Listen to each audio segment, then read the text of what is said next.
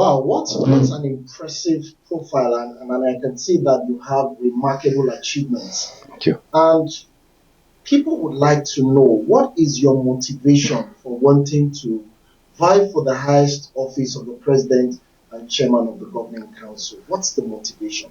Okay, thank you very much, Mike. I have served this institute dedicatedly. One, I am passionate about HR. Um, I became a lawyer in the course of my career. I was also a litigation lawyer for about 15 years, you know.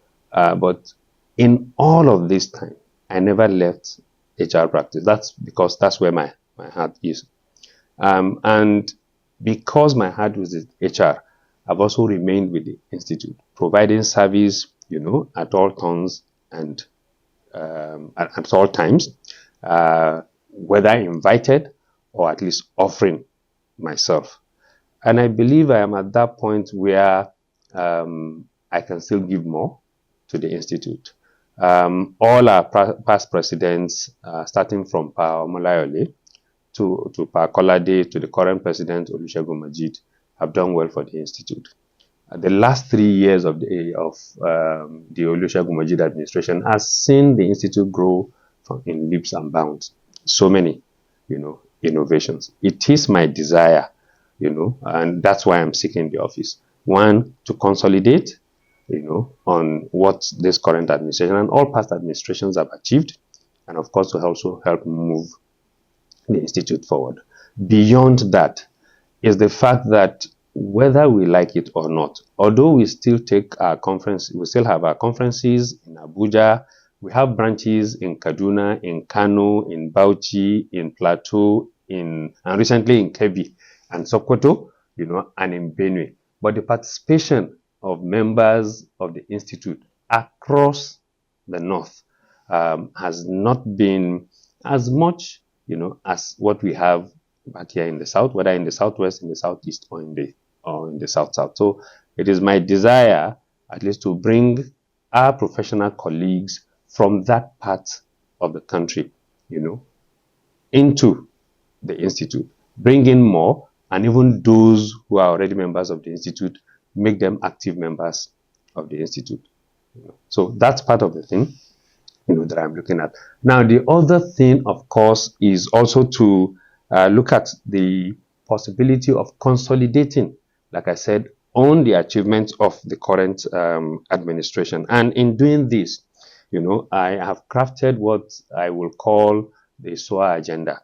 The intention is, one, to strengthen our strategic alliances and collaborations with other professional bodies, whether locally, or internationally. I am aware that, for example, we're in conversations with the CIPD and the SHRM. Can we move this conversation forward? Can we concretize this? Can we conclude on our discussions with CIPD, for example, such that if we already have a member of the CIPM, a certified member of the CIPM, should be able to get certification, from CIPD. So can we also work with government agencies, to ensure that we also help to professionalize HR in all of these agencies? Thankfully, the head of service of the Federation just released a circular a few days ago, now saying that HR, people who want to be HR professionals in the institute need, in the federal public service or in the public service of the Federation generally, because it also applies to those in the states, will need to get some professional certification, at least to move from grade levels 13 to 14. Our pursuit, of course, was to get to a point where we can say, once you are a certified or HR licensed professional in Nigeria, if you are joining the public service at grade level 8, like it happens with the accountants, then you get into the public service, perhaps on an accelerated scale like the accountants do. Well, we haven't gotten that yet, but at least we have reached somewhere.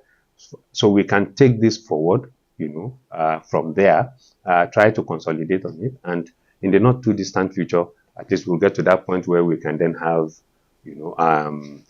HR professionals, and CIPM certificates being recognized, at least in the in the Federal Public Service of Nigeria, for at least employing people into that. The second, of course, is also optimizing our value proposition. Optimizing our value proposition to our members, to our branch chairmen, across the country, and ensuring that for every dime that our members pay to the institute, they get some value from it. And how do we do this? The intention, of course, is to ensure that we provide learning opportunities across the board, for all our members. We make communication and engagement with the institute very easy for our people. In our days when we started, to get most of the things done, you need to travel from wherever you are to come to Lagos. We've gotten somewhere now. Of course, with a click of a button, people can interface with the institute now. But there's a lot more that we can also do. So we're looking at that. The other one, of course, is also, which is linked to the second, is automating our processes in the institute. We are somewhere, but can we do a lot more, to automate our processes? We have unveiled a body of knowledge, the institute. We've worked on quite a number of initiatives.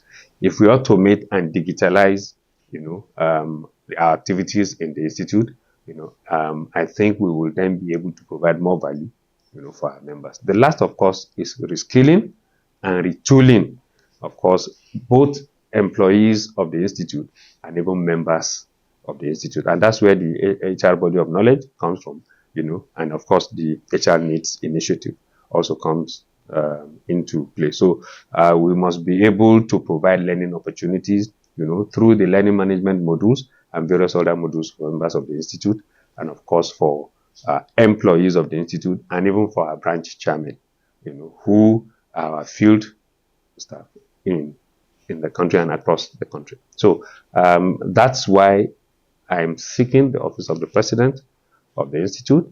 I believe that there's a lot that we can still do in addition to what previous presidents of the institute, and particularly the current president of the institute, has done for the institute.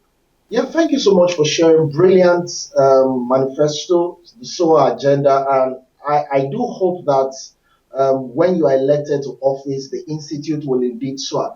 Let me hand you over to my co-host, Aisha Galba. Aisha, over to you. Let's drill Ahmed Ladan Gobir further.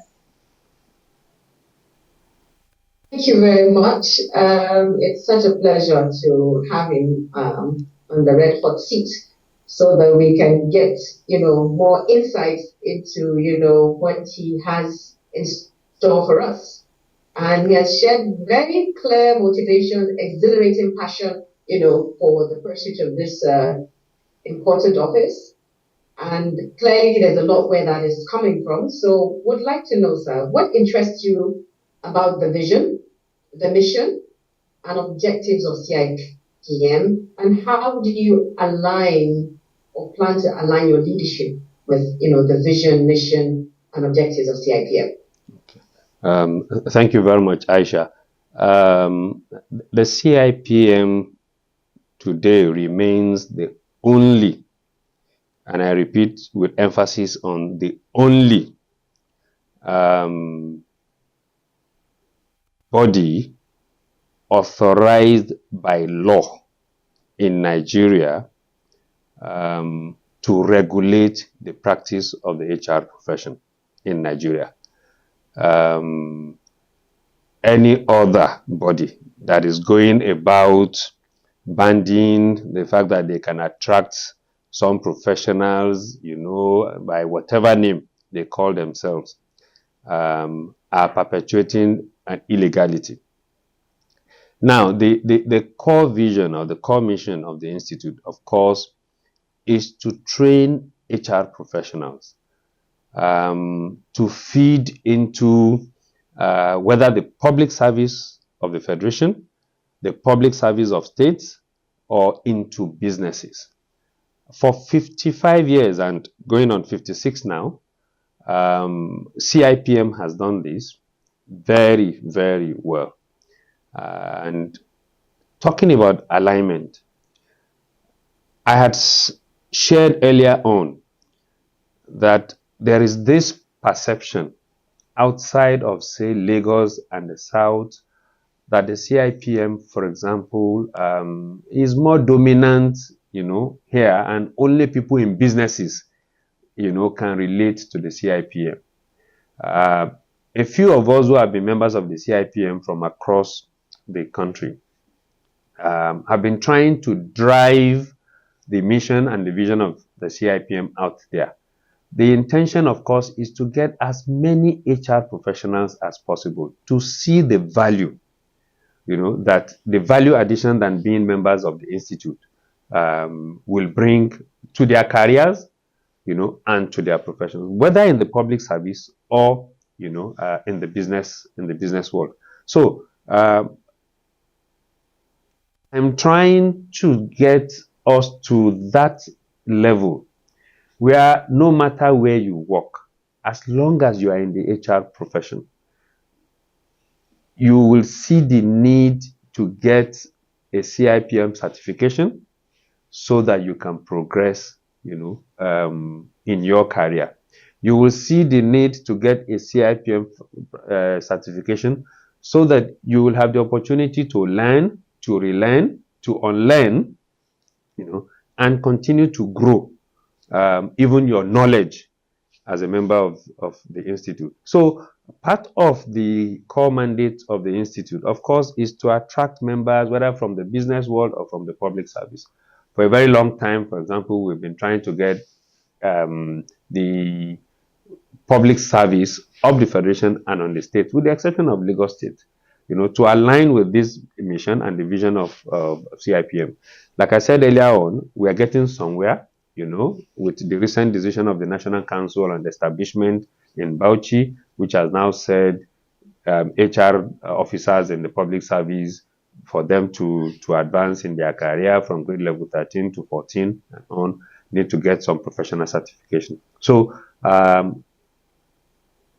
my desire, of course, is to consolidate on this. My desire is also to see CIPM collaborate more, which is part of its mission too, with other bodies, other professional bodies like we have mentioned, whether in the country or even outside the country, like SHRIM, like the CIPD, and other bodies that we have. We are already out there. We are playing across Africa now with our membership, of the African HR Professional Association. We are playing across the world now with our membership of the World Federation for People Managers. So, but we still need to deepen our conversation, even with these bodies. We still need to deepen our engagements, with these bodies. So, yes, to that extent, I'm all aligned with the mission of the Institute. And my intention, of course, is to consolidate on what has been done and what has been achieved by others before me, if I do get elected as president of the Institute.